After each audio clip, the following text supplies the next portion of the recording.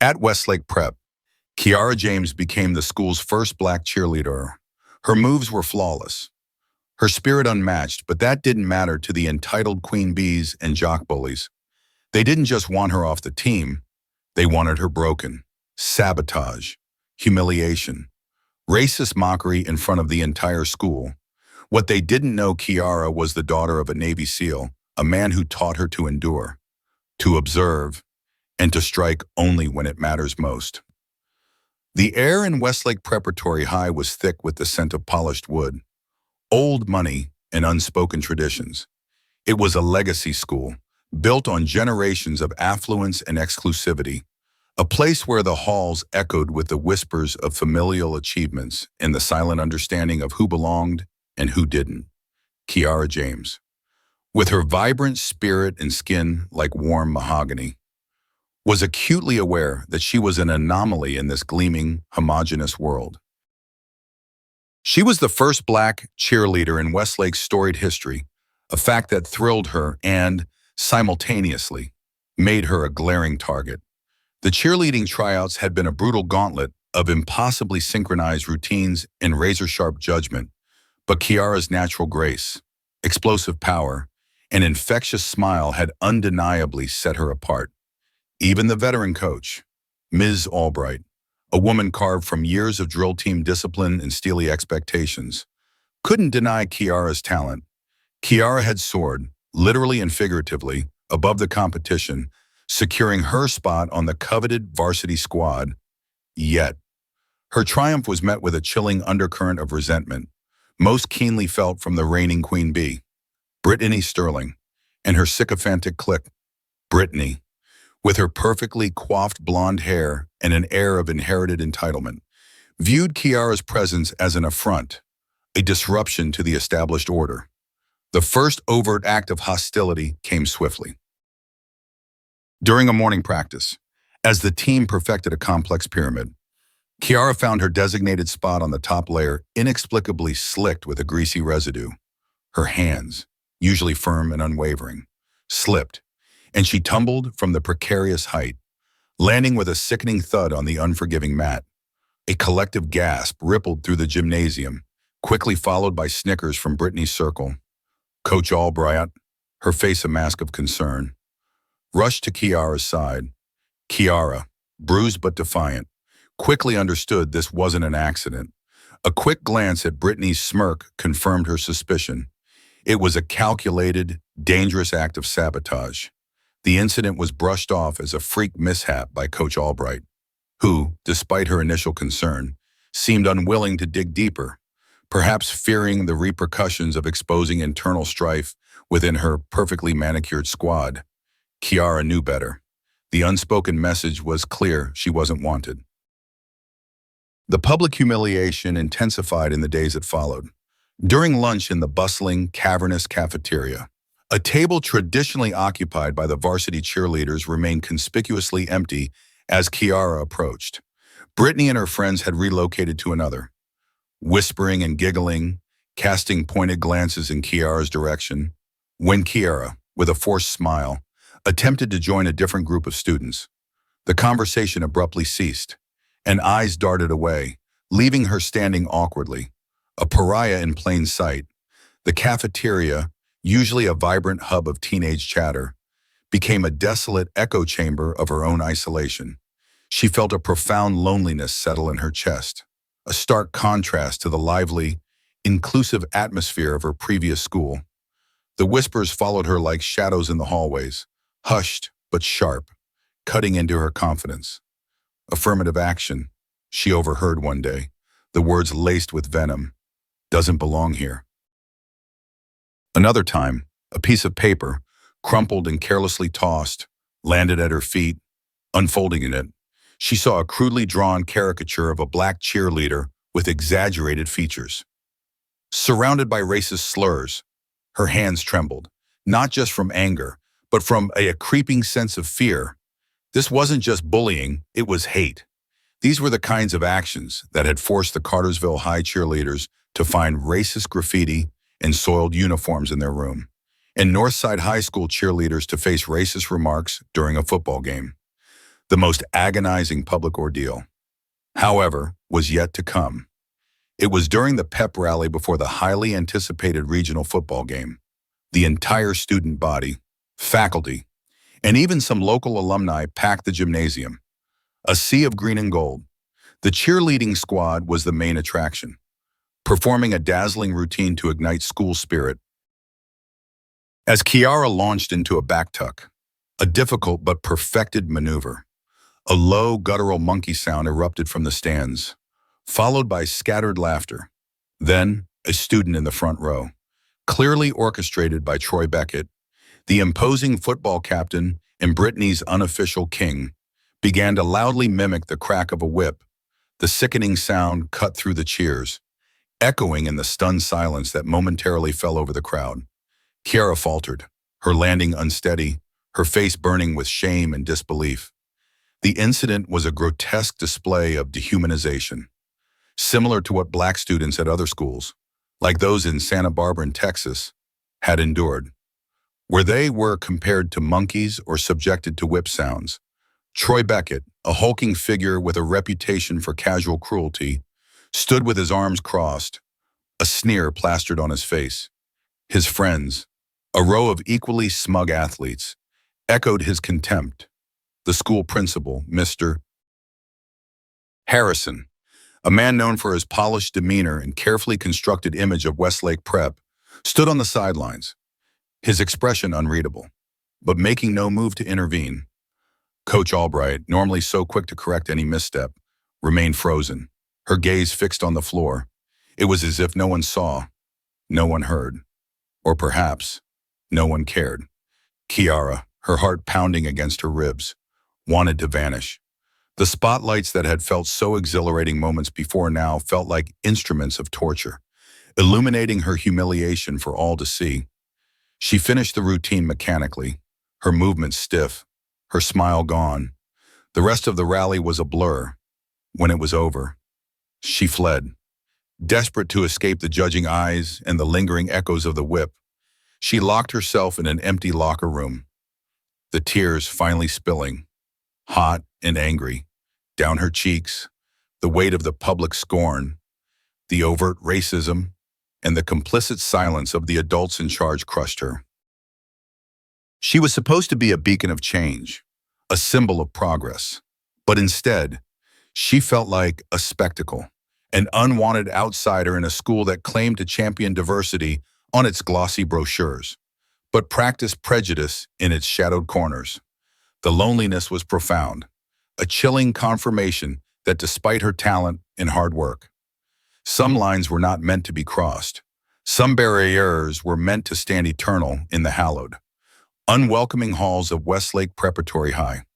The incident mirrored experiences of other black students who reported racist bullying at schools, feeling their pain ignored and their voices unheard by school administrations. The chill of the empty locker room, usually a sanctuary of shared laughter and competitive camaraderie, now felt like a mausoleum. Kiara slumped onto a cold bench, the echoes of the pep rally still ringing in her ears, each racist taunt a fresh stab. Her trembling hands balled into fists, digging into her thighs, a futile attempt to ground herself, to stop the insidious crawl of despair. She wanted to scream, to lash out, to demand justice, but a deeply ingrained reflex, honed by years of quiet suffering, held her back. It was a silence born not of weakness, but of a brutal education in the subtle and overt cruelties of the world.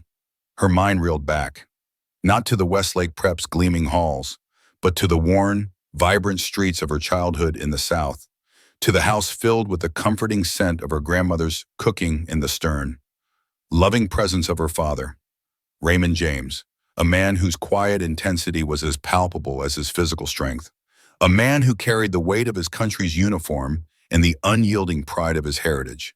He was a Navy SEAL, a warrior forged in the crucible of clandestine missions and unwavering discipline. But even a SEAL, Kiara had learned, couldn't shield his family entirely from the ugliness of the world abroad. The first tremor of this ugliness had struck when Kiara was 8, a bright-eyed, curious child attending a predominantly white private school. Much like Westlake Prep, She had been thrilled to be part of the annual spring pageant, cast as a fairy princess, her tiny heart swelling with excitement. But a week before the performance, the teacher, Miss Henderson, a woman with a saccharine smile and eyes that held a flicker of something cold, had pulled her aside. "Kiara, darling," she'd cooed, "we've decided to go in a different direction for the fairy princess. Your complexion might make it difficult for the audience to fully embrace the fantasy. We've decided to cast you as a tree instead, a very important, strong tree." The words, delivered with a smile, had felt like a physical blow. Kiara hadn't understood the depth of the insult then, only the crushing disappointment, the sudden, inexplicable demotion. She'd looked at her reflection in the bathroom mirror, her dark skin suddenly feeling like a burden, a mark that set her apart in a way she couldn't comprehend.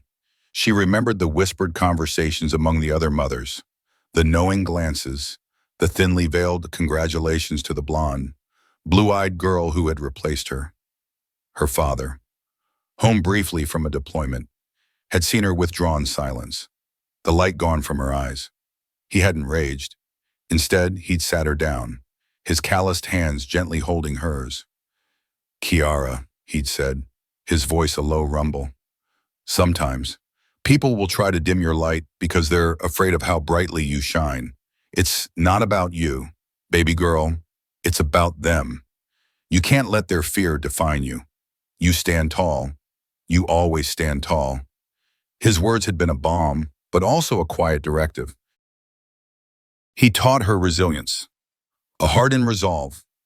He emphasized that true strength lay not just in fighting back, but in discerning when to endure, when to observe, and when to strategically wait for the opportune moment. He called it situational awareness, a principle drilled into him in the unforgiving crucible of SEAL training. He taught her to observe, to gather information, to understand the patterns of prejudice, rather than reacting blindly.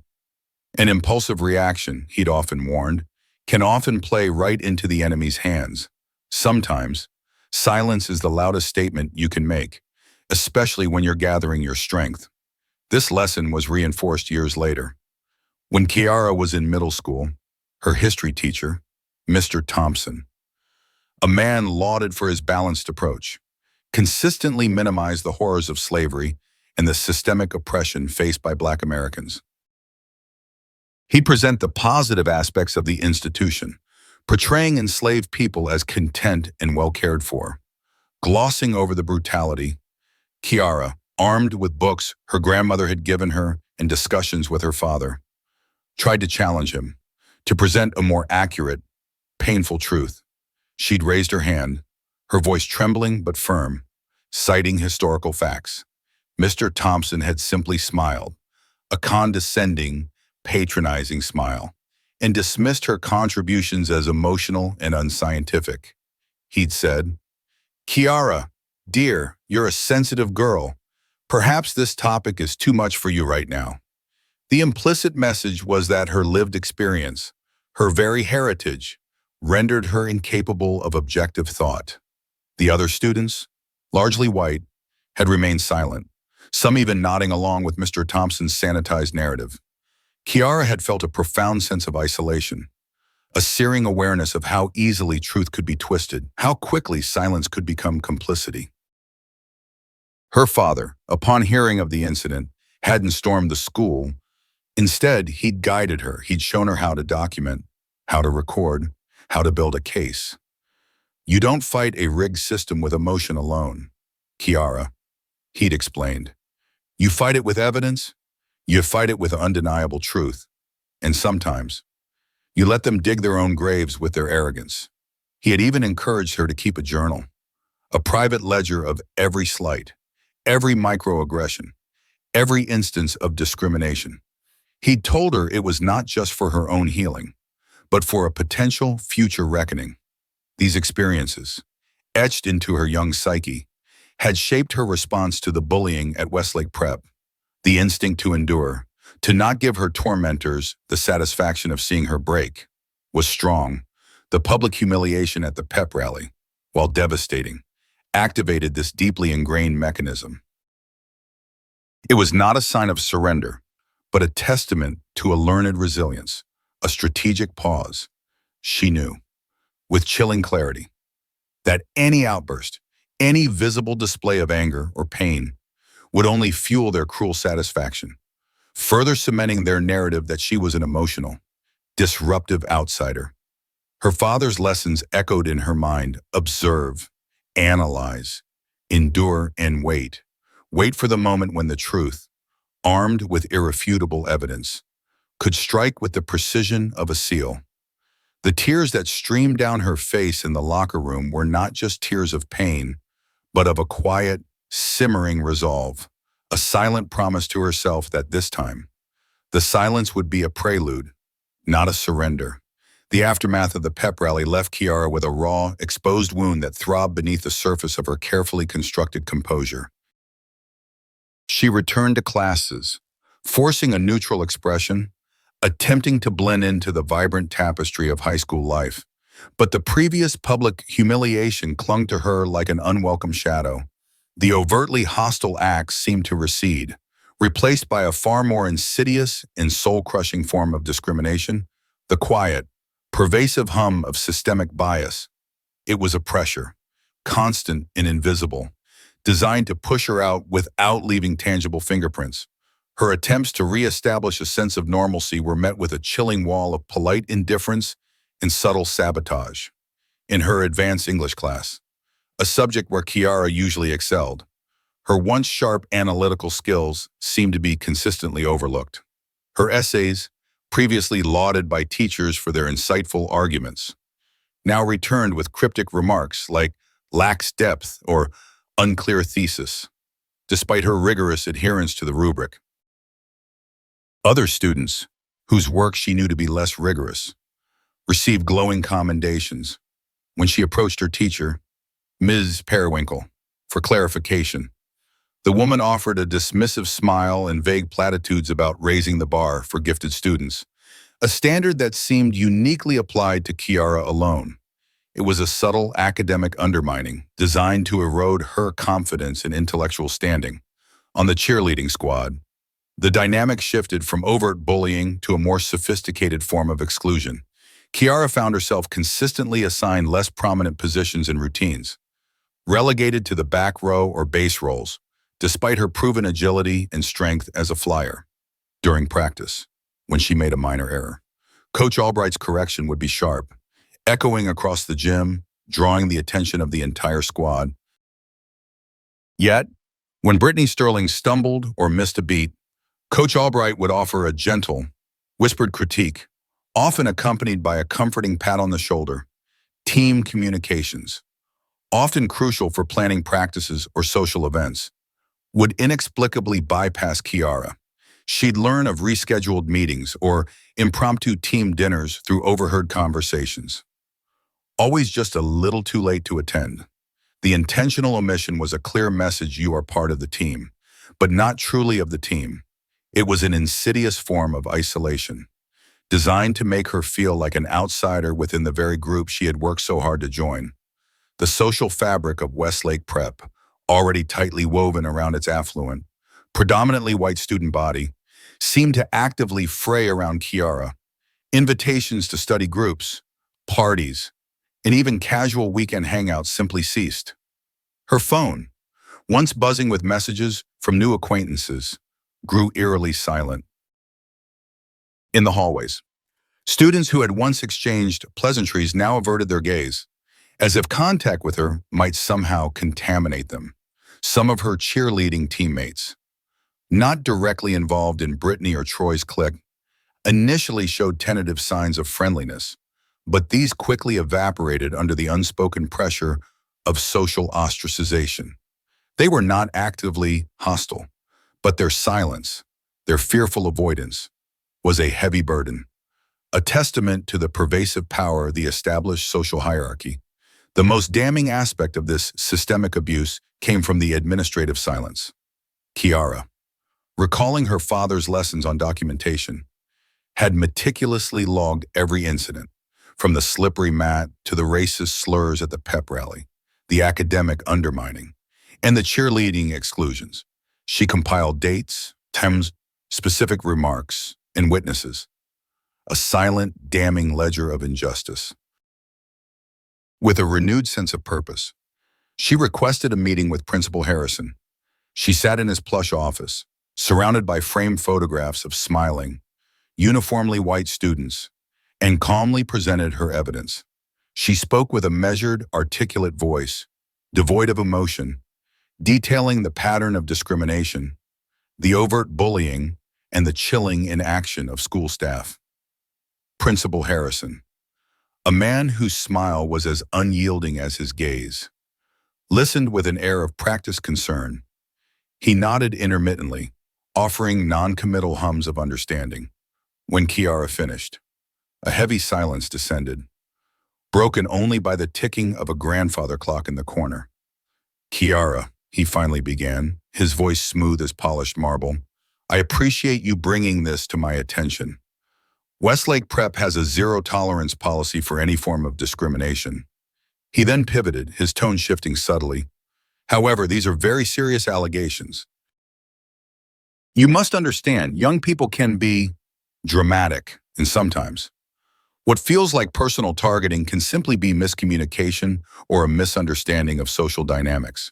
We must be very careful not to tarnish the reputation of our students or our esteemed institution based on perceptions." He then went on to suggest that perhaps Kiara was simply having trouble adjusting to a new environment, gently implying that the problem lay with her, not with the school's pervasive racism. He offered to arrange a mediation session with Brittany and Troy, an offer that felt less like a solution and more like a further exposure to her tormentors under the guise of reconciliation. A scenario she knew would only empower them further. His refusal to acknowledge the depth of the issue, his blatant gaslighting, and his subtle deflection of responsibility were a bitter pill to swallow.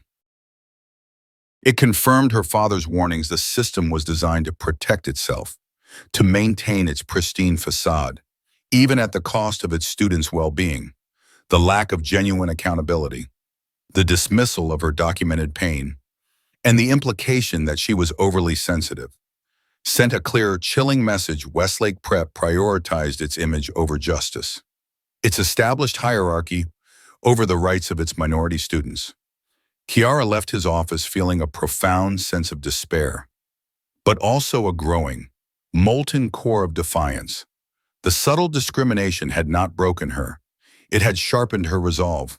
She was living within a quiet war, and the enemy was not just Troy and Brittany, but the very institution that allowed them to thrive.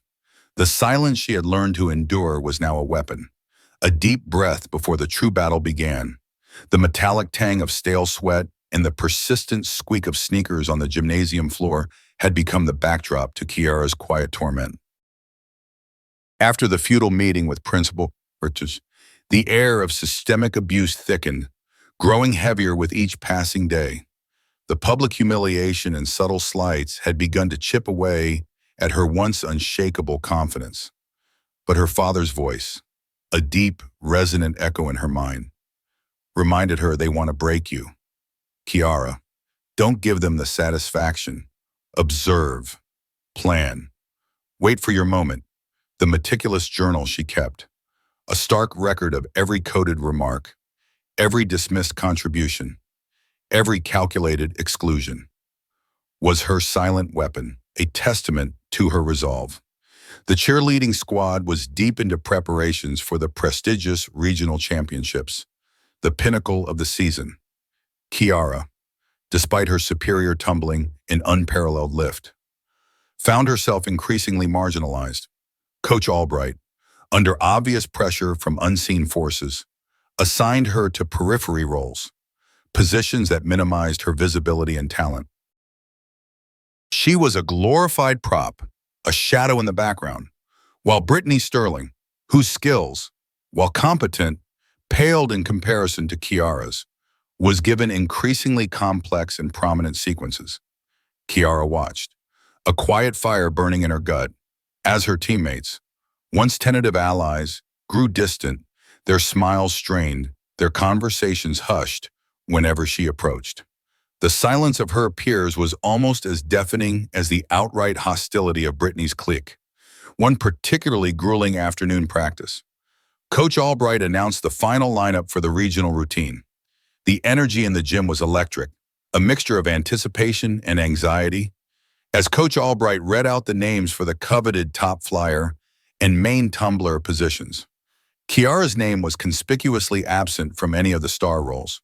She was assigned to a base position in the very back, a role that required strength but offered absolutely no individual spotlight. Brittany Sterling, of course, was slated for both the primary flyer and the most intricate tumbling pass, a complex sequence that involved a double full layout. A ripple of suppressed surprise went through some of the team. Even they knew Kiara was objectively better at those maneuvers. "All right, ladies." Coach Albright clapped her hands, her voice brisk, avoiding Kiara's gaze. "Let's run the full routine. Nationals version, 5 times through. Brittany, focus on that double full. It needs to be flawless." As the music blared, the squad launched into the routine. The atmosphere was charged. Brittany, though technically proficient, visibly struggled with the pressure of the double full layout. On the third run-through, her landing was sloppy, her body twisting awkwardly, almost collapsing. On the fourth, she bailed out entirely, landing heavily on the mat. A frustrated grimace on her face, her friends rushed to her side, offering superficial reassurances. Coach Albright sighed, her shoulders slumping. "Brittany, we don't have time for this. We need that full layout perfect." The tension in the gymnasium was suffocating. Everyone knew the routine needed that element to score high. They looked at each other, unspoken frustration hanging in the air. Kiara stood in her assigned back row base position, her heart thrumming with a potent mixture of anger and a burgeoning, almost defiant, resolve. Her father's training kicked in, the almost instinctual awareness of a critical moment, a vulnerability in the opponent's strategy. She had been practicing the double full layout, and even a triple full, for months, quietly, rigorously, in her backyard with a makeshift tumbling mat, pushing her body to its absolute limits, driven by a silent fury against the injustice she faced.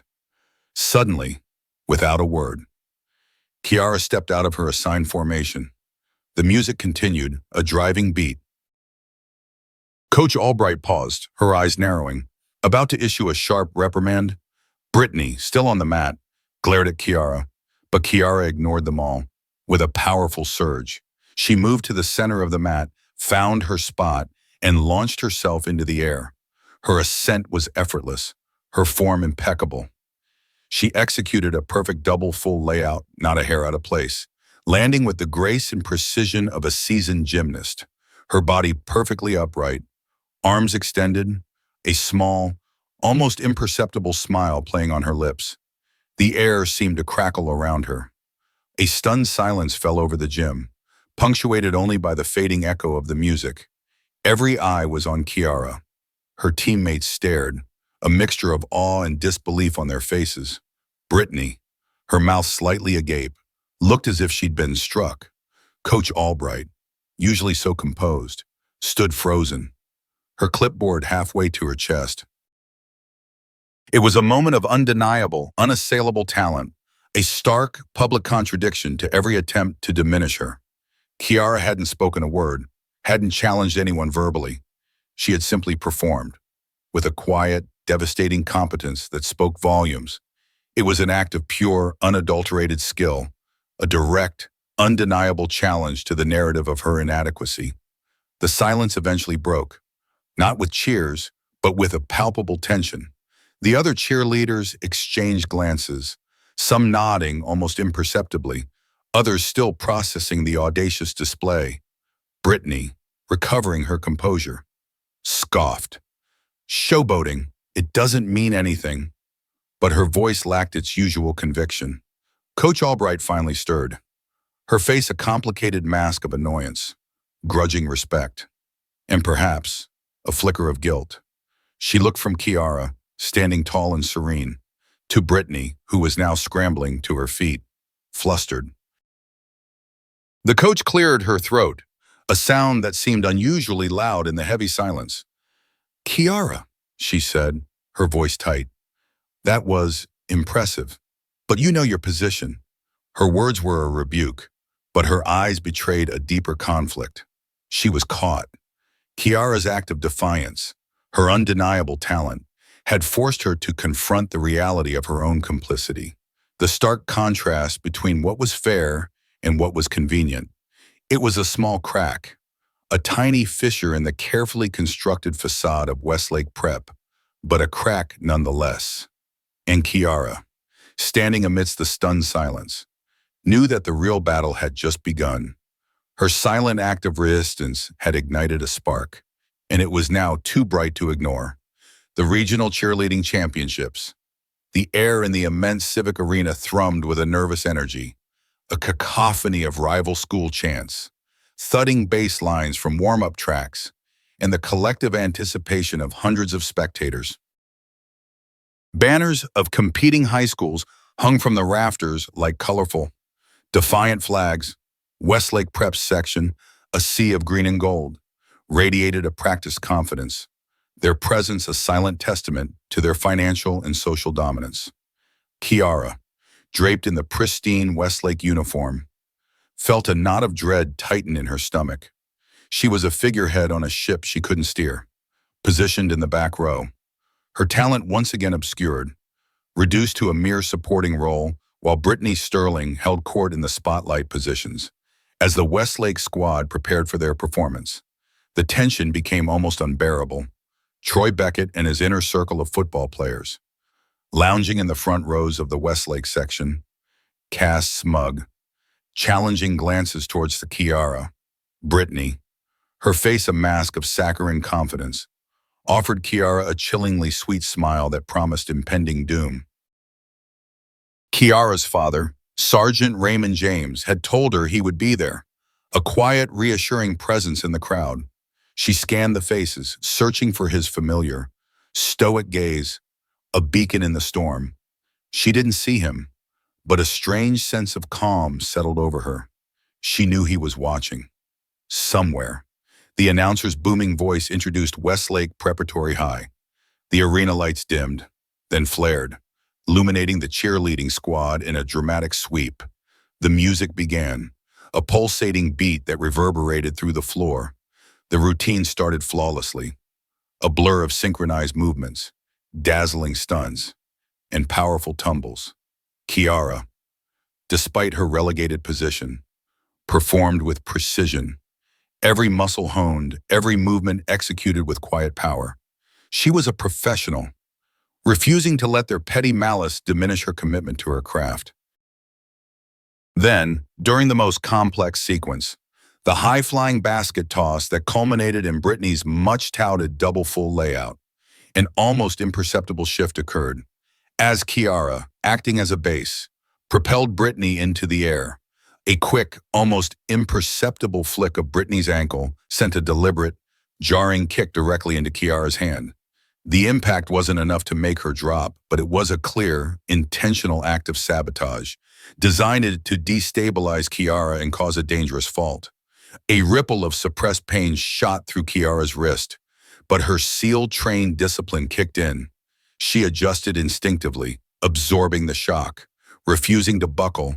Brittany's double full, however, was sloppy, her landing unbalanced, eliciting a collective groan from the Westlake crowd. It was a failure, but it was designed to look like Kiara's fault. As the music transitioned to the next segment, Kiara moved into her designated spot for a pyramid formation. Suddenly, a handful of what appeared to be small, sharp tacks or thumbtacks scattered across the mat directly where Kiara was meant to land after a triple full back tuck. It was a blatant, dangerous act, clearly visible to those in the front rows. A gasp went through the crowd. This was not an accident. This was a deliberate attempt to injure. Troy Beckett, from his seat, exchanged a triumphant, venomous glance with Brittany. They knew this would force Kiara to either stop the routine, exposing her failure, or risk a serious injury. Kiara's eyes darted to the scattered tacks, her heart leaping into her throat. Time seemed to slow. The crowd murmured. A wave of disquiet spreading through the arena. Coach Albright, standing on the sidelines, saw the tax and her face paled, a flicker of genuine fear for Kiara's safety crossing her features. But before anyone could react, before Kiara could even decide to abort the jump, a calm, commanding voice cut through the rising chaos, amplified by a small, portable speaker. Halt! The single word, delivered with the unmistakable authority of a drill sergeant, boomed across the arena, silencing the music, freezing the cheerleaders, and drawing every single eye to its source. Standing at the edge of the Westlake prep section, a figure emerged. He was a man of imposing stature, broad-shouldered and lean, his dark skin a stark contrast to the sea of lighter faces around him. His eyes, direct and piercing, scanned the crowd, then settled on Kiara, a flicker of fierce love momentarily softening their intensity. It was Sergeant Raymond James, Kiara's father. He wasn't in uniform, but his bearing, his controlled power, was unmistakable. What is the meaning of this? Principal Harrison, who had been sitting with other school officials, rushed towards Sergeant James, his face a mask of indignation. You cannot interrupt a championship performance. I can, Raymond James stated, his voice calm but unyielding. When my daughter's life is put at risk by blatant acts of racial malice and sabotage. He then lifted a small, sleek drone, no larger than his hand, that had been hovering silently above the mat. This little device, he continued, addressing the entire arena, his voice projected through the speaker, has captured everything. He gestured to the large jumbotron screens above the arena. Every intentional kick, every whispered slur, every strategically placed obstacle. Suddenly, the jumbotron, instead of showing a live feed of the cheerleaders, flickered to life with a series of time-stamped video clips. The first showed Brittany Sterling, moments before the routine, subtly applying a greasy substance to her shoe. Then, when no one was looking, brushing it against the mat precisely where Kiara would place her hands. The second clip, shot from a different angle by another, even smaller camera which Raymond had clearly planted, clearly showed Troy Beckett, with a knowing smirk, handing a small bag of tacks to a male student in the front row, who then casually tossed them onto the mat at the precise moment Kiara was about to perform her triple full. The drone footage then showed the tacks glittering ominously on the mat. The audience erupted. Gasps turned to angry shouts. Murmurs escalated into a furious din. Parents from other schools, initially confused, watched the undeniable evidence unfold with growing outrage. Troy and Brittany, caught in the unflinching glare of the jumbotron, turned ashen, their arrogance replaced by stark terror. Principal Harrison stammered, his face a sickly shade of green, his polished facade cracking under the weight of irrefutable public exposure. Coach Albright, her eyes wide with shock and a dawning comprehension of the full extent of the conspiracy, looked utterly devastated.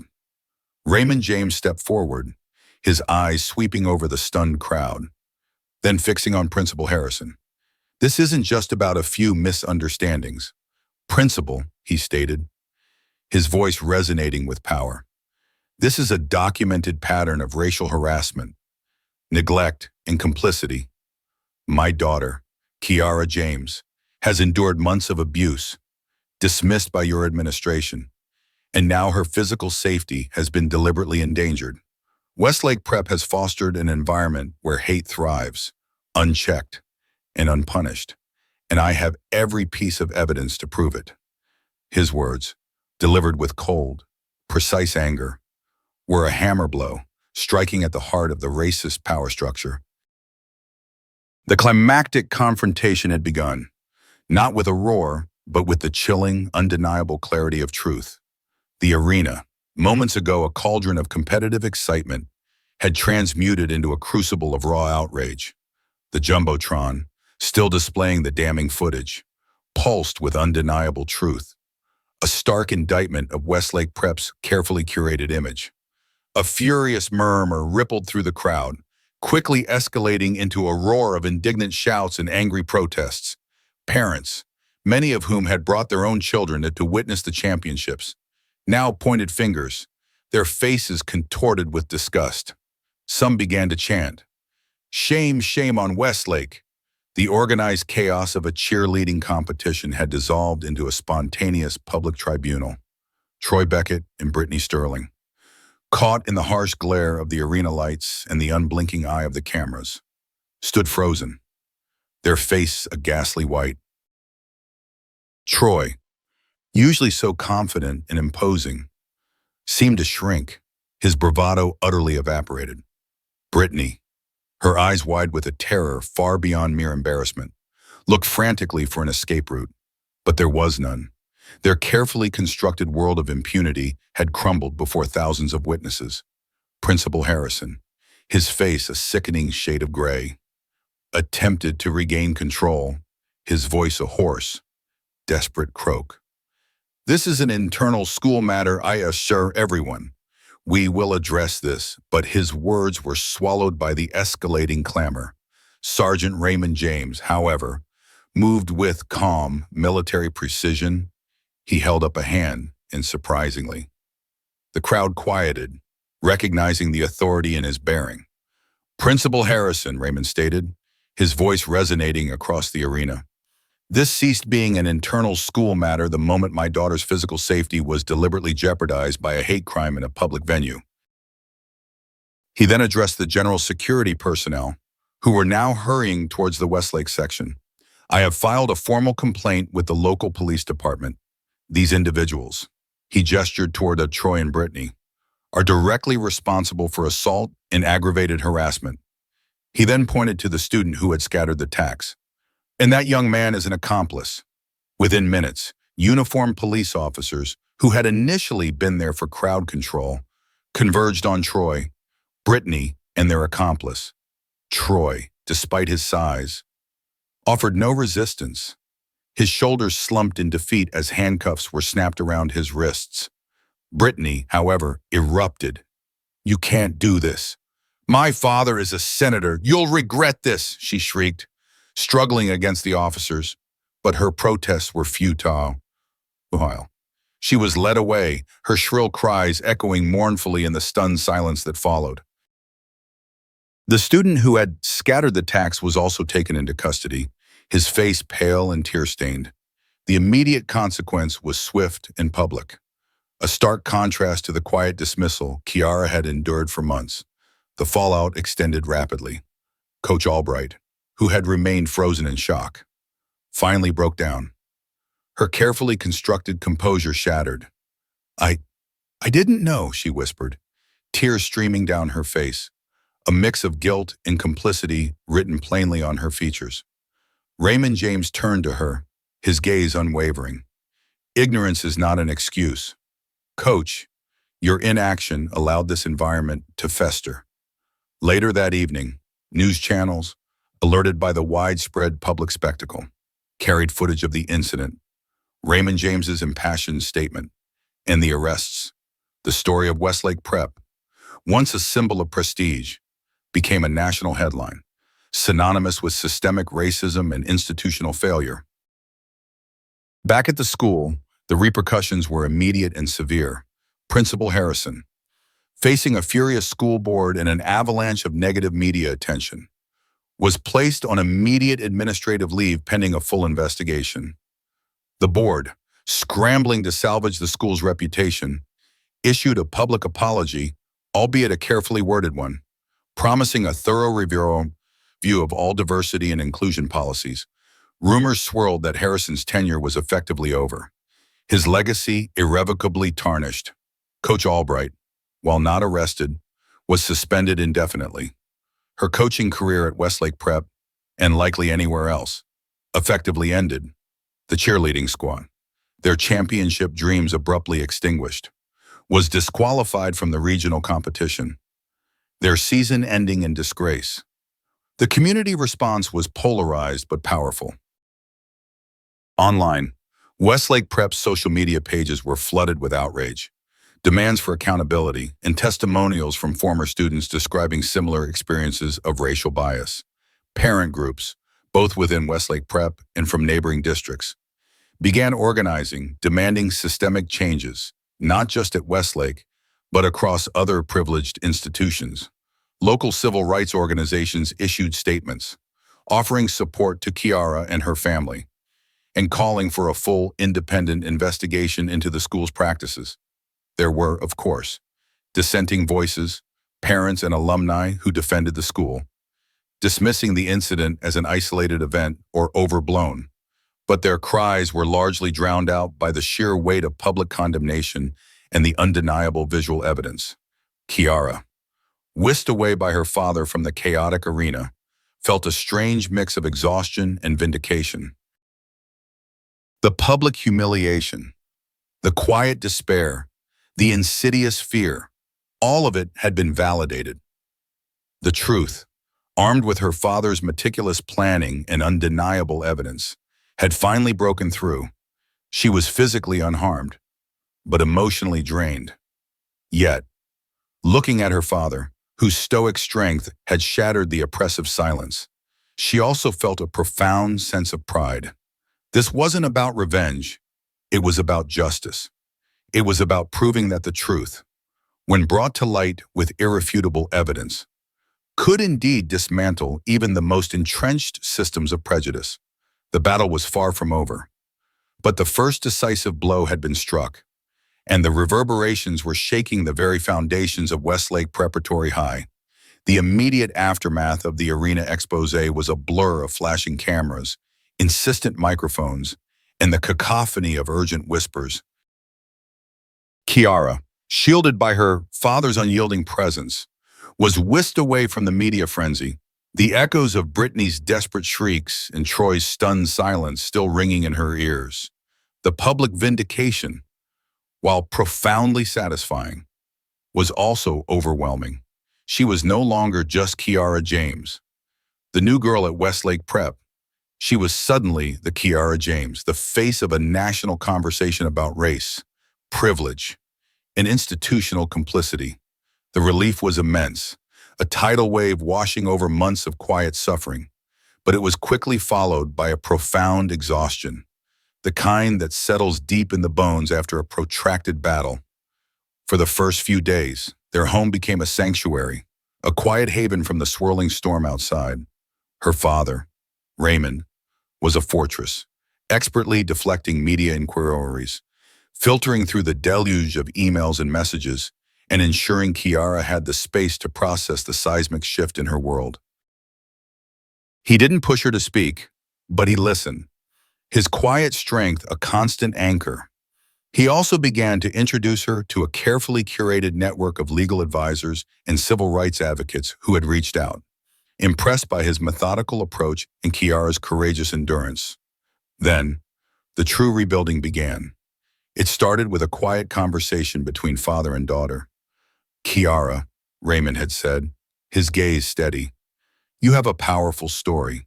It's not just about what happened to you. It's about what happens to countless others. Your voice, armed with the evidence we have, can bring about real change. He wasn't pushing her into a role, but offering her a choice, a path to purpose beyond personal grievance.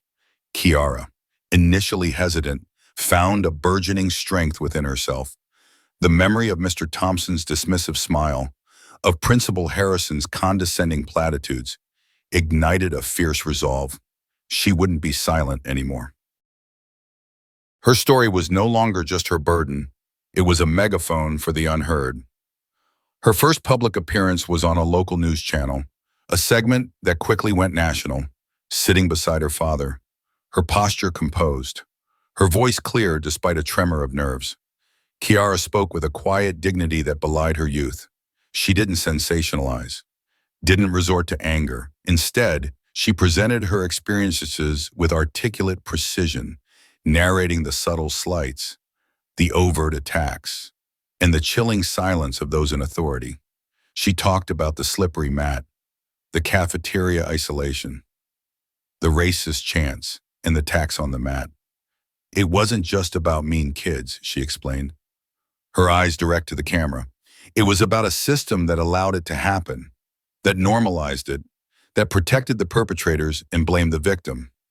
The response was immediate and overwhelming. Her segment went viral.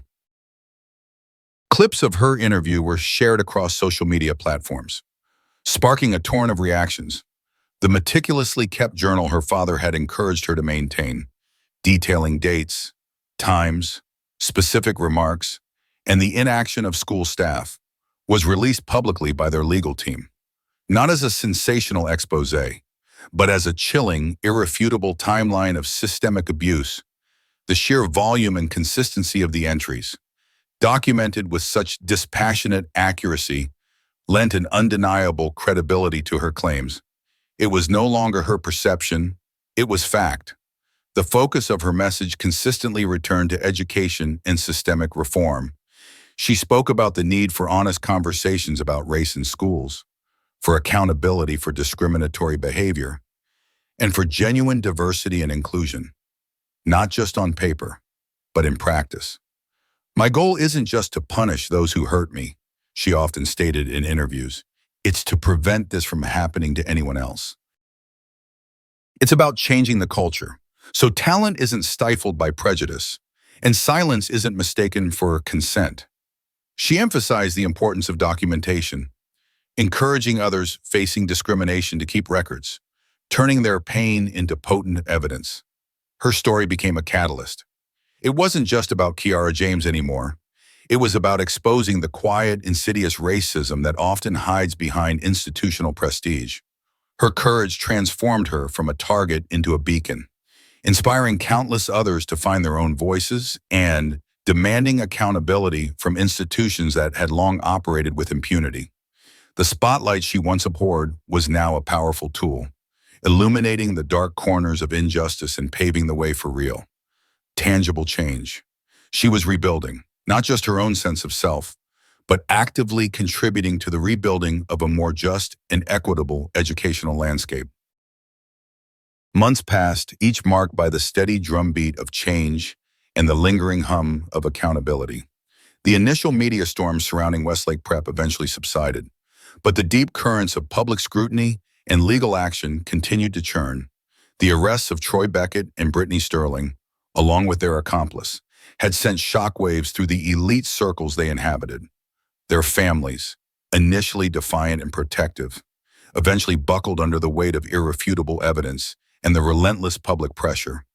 Troy, facing serious charges of assault and harassment, was expelled from Westlake Prep and, under the advice of his legal counsel, entered into a plea agreement, which included community service focused on diversity education and a public apology. Brittany, whose family's political connections initially stalled proceedings, eventually faced a juvenile court where the drone footage and Kiara's detailed journal proved damning. She received a significant suspension, was required to undergo extensive counseling, and was permanently barred from all extracurricular activities. Her father, Senator Sterling, facing a public relations nightmare and a potential ethics investigation, issued a terse statement condemning his daughter's actions, a desperate attempt to save his own political career. The most significant shift, however, occurred within Westlake Preparatory High itself. The school board, under intense public pressure and the threat of severe sanctions from educational oversight bodies, initiated a sweeping reform. Principal Harrison, his reputation in tatters, was officially dismissed. His replacement was a forward-thinking educator with a strong background in diversity and inclusion. Dr. Lena Maxwell, a dynamic Black woman known for her commitment to equitable learning environments. Her first act was to commission an independent audit of the school's disciplinary records, revealing a long history of downplayed racial incidents and disproportionate punishment for minority students. This internal reckoning led to a profound awakening within the Westlake Prep community. Mandatory diversity and anti-racism training programs were implemented for all staff and students.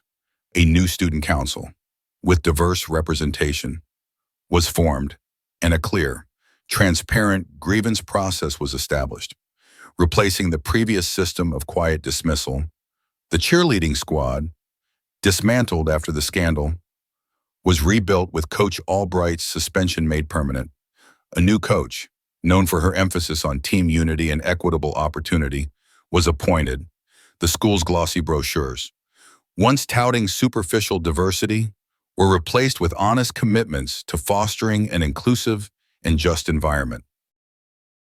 The culmination of this long, arduous journey came during Westlake Prep's annual Founders Day Assembly, an event historically reserved for honoring its most distinguished alumni and showcasing the triumphs of its privileged student body.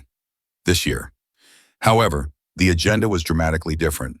The gymnasium, once the site of Kiara's most public humiliation, was packed, not just with Westlake students and faculty, but with local community leaders, civil rights activists, and representatives from national educational organizations. The keynote speaker was Dr. Lena Maxwell, the new principal. She began her address not with platitudes, but with a stark, unflinching acknowledgement of the school's past failures. For too long, she stated, her voice clear and resonant, Westlake Preparatory High has allowed systemic biases to fester in its hallowed halls, turning a blind eye to injustice and failing to protect its most vulnerable students. Today, we stand here not to celebrate past glories, but to confront our past, learn from our mistakes, and commit to a future where every student, regardless of their background, feels safe, valued, and empowered. Then, a hush fell over the crowd as she introduced Kiara James. Kiara walked onto the stage, not in a cheerleading uniform, but in a simple, elegant dress, her posture erect, her gaze steady. The applause was tentative at first, then swelled into a powerful, standing ovation, a testament to the journey she had endured and the change she had ignited. Many in the crowd, including those who had once watched her humiliation in silence, now offered tears of regret and admiration. Kiara, holding a single microphone, began to speak. Her voice, once trembling in fear, was now clear and confident, imbued with the hard-won wisdom of experience. She spoke not of anger or vengeance, but of resilience, of the insidious nature of systemic racism, and the courage required to dismantle it. She shared her story, not as a victim, but as a survivor, a catalyst for change.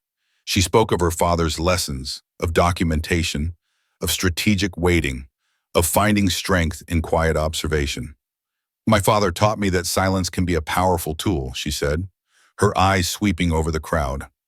Not the silence of submission, but the strategic silence of observation, of gathering evidence, of preparing for the moment when your truth can no longer be denied.